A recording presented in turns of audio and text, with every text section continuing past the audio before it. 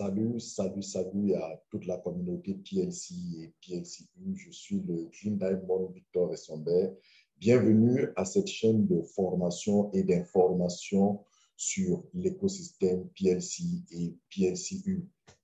À travers cette vidéo, je voudrais revenir sur le sujet comment gagne-t-on de l'argent avec PLC Ultima, afin une fois de plus d'éclairer les uns et les autres sur ma compréhension de cet écosystème. Il se trouve que nous avons sur plusieurs vidéos disponibles dans cette chaîne traité le sujet du business model de PLCU.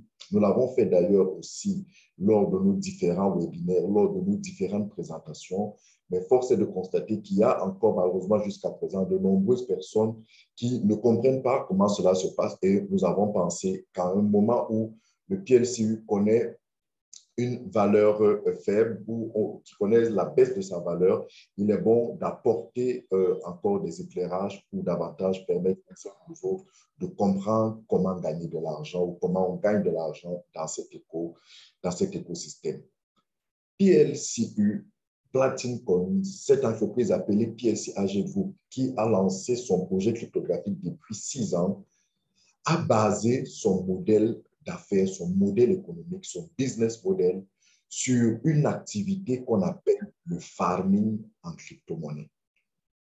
En crypto-monnaie, il y a plusieurs systèmes, il y a plusieurs mécanismes qui permettent de gagner de l'argent. L'un des mécanismes les plus connus et les plus utilisés dans le monde, c'est celui appelé le trading.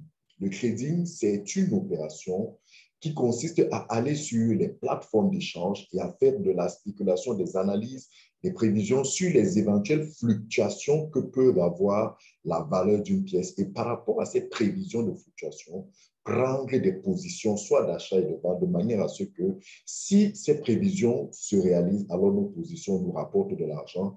Et si ces prévisions ne se réalisent pas, alors nous perdons de l'argent. C'est l'activité la plus connue, la plus utilisée. Certes, elle a ses avantages, elle a ses inconvénients. Ce n'est pas l'objet de ces vidéos. On pourra en reparler dans une autre prochaine vidéo. À côté du crédit, une autre activité, un autre mécanisme connu dans le monde des crypto-monnaies, c'est celui qu'on appelle le holding. Le holding, c'est cette activité qui permet à toute personne dans le monde des crypto-monnaies d'acheter une crypto-monnaie lorsque la valeur est basse, de garder, de conserver cette crypto-monnaie par devers jusqu'à ce que la valeur croisse et décide à un moment donné, selon ses objectifs, de revendre cette crypto-monnaie à la forte valeur et dégager ainsi une plus-value sur cette vente. Ça s'appelle du holding. C'est vrai, il y a d'autres mécanismes tels que l'arbitrage et bien d'autres. Sauf que le modèle économique de Platinum Coin est adossé sur un mécanisme qui n'est certes pas aussi répandu, qui est tout nouveau, mais qui est utilisé, appelé le farming. On a souvent tendance à le confondre avec le staking, qui est un autre modèle dont je pourrais aussi vous en parler. Mais le farming est différent de tous les autres modèles en ce sens que, d'ailleurs, tel que vous pouvez entendre, vous pouvez écouter, vous pouvez suivre son nom, farming, qui vient de l'expression farm, du terme anglais farm, qui en fait renvoie à l'agriculture. Le terme farming place celui qui fait le farming dans une position d'agriculteur numérique. En fait, qu'est-ce qui se passe? Il se trouve simplement que la compagnie qui fait le farming, prenons le cas de PLC Ultima, a sa blockchain dans laquelle elle a programmé une certaine quantité de pièces à mettre en circulation, une quantité précise de pièces à mettre en circulation. Sauf que elle décide de donner plutôt la possibilité à ses membres, à sa communauté, de participer pendant une période précise à la mise en circulation, à la création, à l'extraction, à la production, selon le thème qui vous convient, de ces quantités de pièces, en l'occurrence 11 millions de pièces de PLCU sur le marché. Donc, ça veut dire que cette compagnie va juste concevoir une application qui sera en vérité sa marchandise, son bien, sa création qu'elle vend aux membres de sa communauté. Ceux-ci achètent cette application, la configurent dans leur téléphone et participent donc à travers la recharge de cette application avec quelques pièces à l'extraction, à la production des nouvelles pièces de crypto-monnaie, ceci dans la limite de la quantité ayant été configurés à l'avance. Ça fait du farming une opération qui est définie sur une période précise et dont on sait dire le nombre de pièces que l'opération de farming pourra mettre en circulation. Donc, par exemple, pour le cas du PMCU, dès le départ, il a été dit que ce sera 11 millions de pièces et que selon les calculs, ces 11 millions de pièces devaient être mises en circulation pendant 3 ans.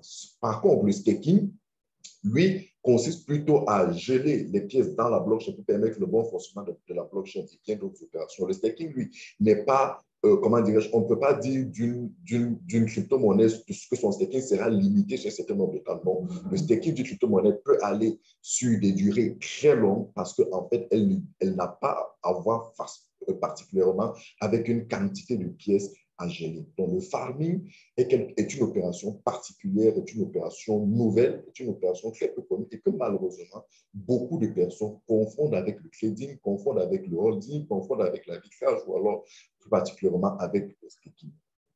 PLC Ultima a donc appuyé son business model, développe son business model sur cette opération, sur cette activité appelée le farming. Concrètement, un membre de la communauté Platinum Coin, en achetant l'application qui lui permet de participer à la production de nouvelles pièces, s'offre ainsi la possibilité pendant 12 mois de recevoir de manière constante une quantité de pièces. En fait, c'est ça sa rémunération. La rémunération d'un farmer, c'est la quantité de pièces qu'il reçoit, qu'il a extrait, que son application, selon la puissance, lui a permis d'extraire. Cette quantité de pièces est constante et ce sera ainsi pendant 12 mois. Maintenant, et ça, c'est le modèle de l'agriculture. Vous vous imaginez, vous êtes un agriculteur, vous sémez, vous plantez, je dis n'importe quoi, vous avez acheté un espace de terre qui, sur le plan de Patricon, on peut l'apparenter aux femmes, l'application appelée le farm, puisque ça fait référence à un espace numérique que vous achetez. Vous plantez, je dis n'importe quoi, un rejeton de plantain. Lorsque vous avez planté un rejeton de plantain, au bout d'un certain temps, vous avez une récolte de plantain. Et c'est cette récolte de plantain que vous vendez sur le marché à la valeur du plantain en cours au moment où vous êtes en train de vendre pour pouvoir transformer votre récolte en de l'argent. C'est de la même manière que dans l'écosystème Platinum, vous recevez tous les mois une quantité de pièces. C'est ça votre gain. Maintenant, c'est à vous de décider de vendre ce gain, de transformer, de vendre ces pièces, d'échanger ces pièces contre des devises, contre des espèces. C'est libre à vous de les échanger contre des devises ou de les utiliser dans l'écosystème pour peut-être acheter des biens et services, ou peut-être acheter d'autres crypto-monnaies, pour peut-être, bref, exploiter, utiliser tout l'écosystème. Parce qu'en fait, la vision de cette entreprise, c'est de créer tout un écosystème dans lequel ses membres s'épanouissent en utilisant sa crypto-monnaie ou ses crypto-monnaies pour pouvoir jouir, pour pouvoir profiter de cet écosystème. Donc, le membre de Platinum, le membre de PLC Ultima gagne de l'argent en recevant tous les mois de manière constante pendant 12 mois une quantité de pièces. Maintenant, s'il a besoin des espèces, il échange ces espèces sur des échangeurs, il échange ces espèces contre ces pièces, autant pour moi, contre des espèces dans la communauté, ou alors il utilise les différents mécanismes tels que, par exemple, la Mastercard de cette compagnie qui peut lui permettre de retirer des espèces dans tous les distributeurs. Alors, il faut noter ici quelque chose d'important. Un agriculteur qui a planté du maïs, qui a planté du plantain, qui a planté, je ne sais pas, n'importe quel du cacao, de la tomate, lorsqu'il récolte, il se trouvera qu'il y aura un moment où, en allant sur le marché, la valeur de son produit est certainement en augmentation, est certainement en explosion. Pourquoi? Parce qu'il y a rareté du produit sur le marché. En principe, tous ceux qui ont fait de l'agriculture connaissent ces moments-là, où vous allez sur le marché, il y a une rareté, une pénurie de tomates. Alors, votre récolte, vous allez la vendre à une valeur forte parce qu'il y a pénurie de tomates et par conséquent, la valeur de la tomate a augmenté, la valeur du cajou de tomate a augmenté. À contrario, il y aura des moments où vous avez votre récolte, mais il se trouve qu'au moment où vous allez sur le marché, il y a abondance de tomates, il y a abondance de citrons sur le marché. Alors, votre citron, votre récolte de citron, si vous voulez la vendre, si vous tenez à la vendre, vous allez la vendre à un prix faible. c'est ce que tous ceux qui ont fait de l'agriculture, j'ai envie de dire, tous ceux qui ont fait du commerce doivent comprendre, peuvent comprendre, vivre au quotidien. C'est la même réalité qu'il y a dans le monde du farming. Ça veut dire que lorsque vous avez récolté, vous avez reçu votre production de pièces de PLCU, votre production de pièces de PLC, chaque mois, vous avez la possibilité de vendre à la valeur en cours. Il y aura un mois où la valeur est très forte, vous vendez à cette valeur forte, et il se trouve qu'en vendant à cette valeur forte, vous réalisez des plus-values importantes, vous réalisez des marges importantes, qui soient telles que ce soit même des marges de 2, 3, 4, 5 mois, ou qui vous permettent même en une seule opération de recouvrir votre investissement. On voit ça dans le monde du farming. Ou alors, en 2, 3 mois, de faire votre opération. Il y aura des moments où vous irez sur le marché avec votre record, mais à cause de l'abondance des pièces, à cause de l'abondance de l'offre sur le marché, la valeur de la pièce est basse. Alors, si vous insistez de vendre votre pièce, vous vendrez très moins cher et vous aurez l'impression, en fait, d'avoir perdu de l'argent. Non, vous n'avez pas perdu de l'argent. Oui, peut-être si vous pensez avoir perdu de l'argent parce que vous avez vendu faible, mais vous ne pouvez pas décider, vous ne pouvez pas conclure que sur cette vente, vous avez perdu de l'argent. Pourquoi? Parce que vous avez 12 mois de récolte. Et c'est au bout de ces 12 mois que vous devez être à même de faire le point sur votre activité et de dire, j'ai perdu de l'argent, je n'ai pas perdu de l'argent. Parce qu'il y aura un mois où vous ferez de mauvaises ventes. Pourquoi? Parce que la valeur est faible. Et ça, c'est si vous insistez de vendre. Il y aura un autre mois où vous ferez de très bonnes ventes parce que la valeur est forte et vous vendrez à un prix fort. Donc, vous avez compris ici qu'à chaque fois, je dis si vous insistez. Pourquoi? Parce que, comme tout agriculteur, vous avez votre maïs. Vous allez sur les marchés, le maïs est très faible, le coût du maïs est très bas. Pourquoi? Parce qu'il y a une abondance de maïs. Vous avez le choix.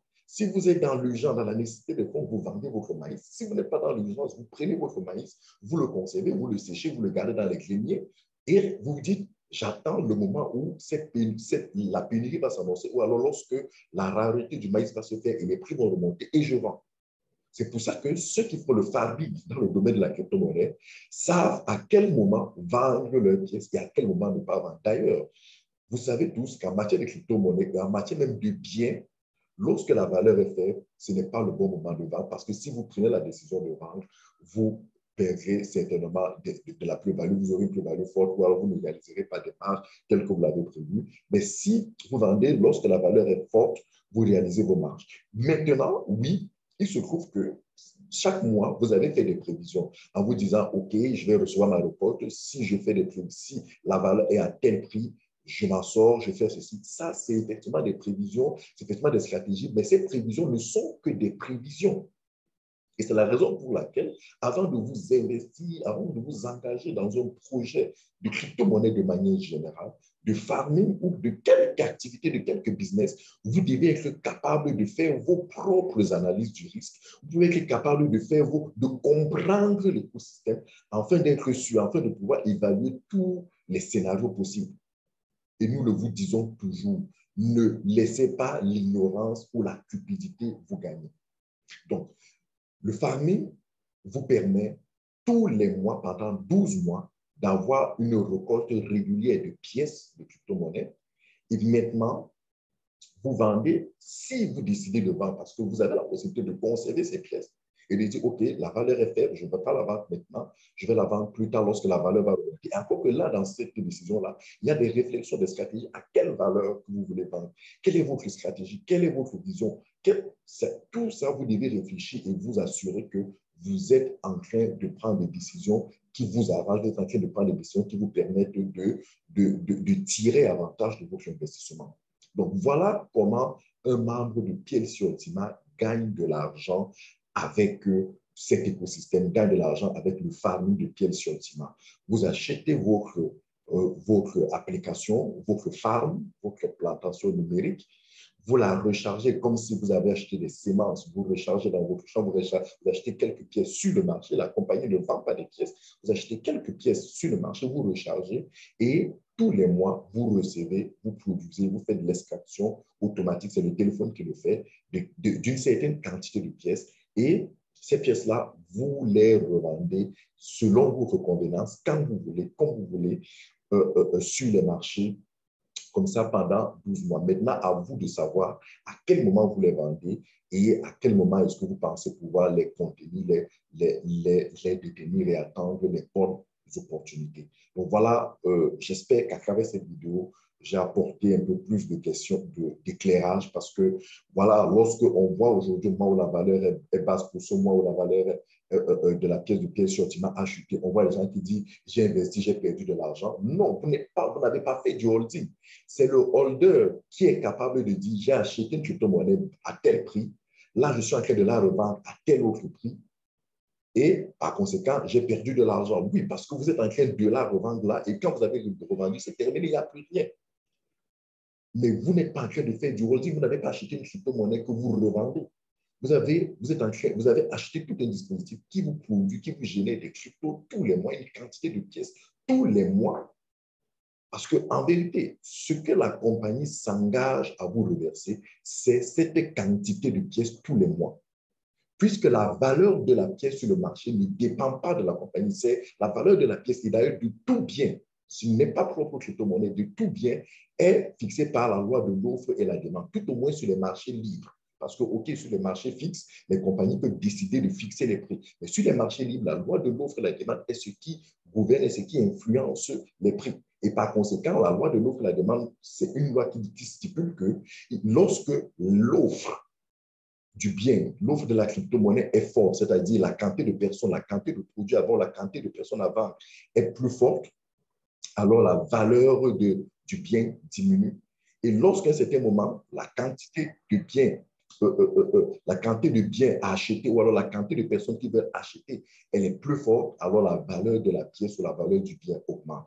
Donc maintenant, c'est des mécanismes qui ne sont pas à 100% prévisionnels. On peut faire des prévisions, on peut savoir que, OK, on va approcher telle période de l'année, il y aura telle action qui risque d'influencer soit à la hausse, soit à la baisse la valeur d'une pièce. Et par rapport à cette analyse, on décide de prendre, de dire, OK, je vais attendre ce moment-là pour vendre une pièce ou alors je vends maintenant. Bref, toutes ces informations sont des éléments que vous devez tenir, vous devez avoir, vous devez à chaque fois scruter pour pouvoir savoir à tout moment comment prendre vos bonnes décisions de vendre vos pièces, de vendre vos records, parce que c'est votre record. Vous êtes libre de décider de la garder, de la conserver pour 1 mois, 2 mois, 3 mois, 4 mois, 5 mois.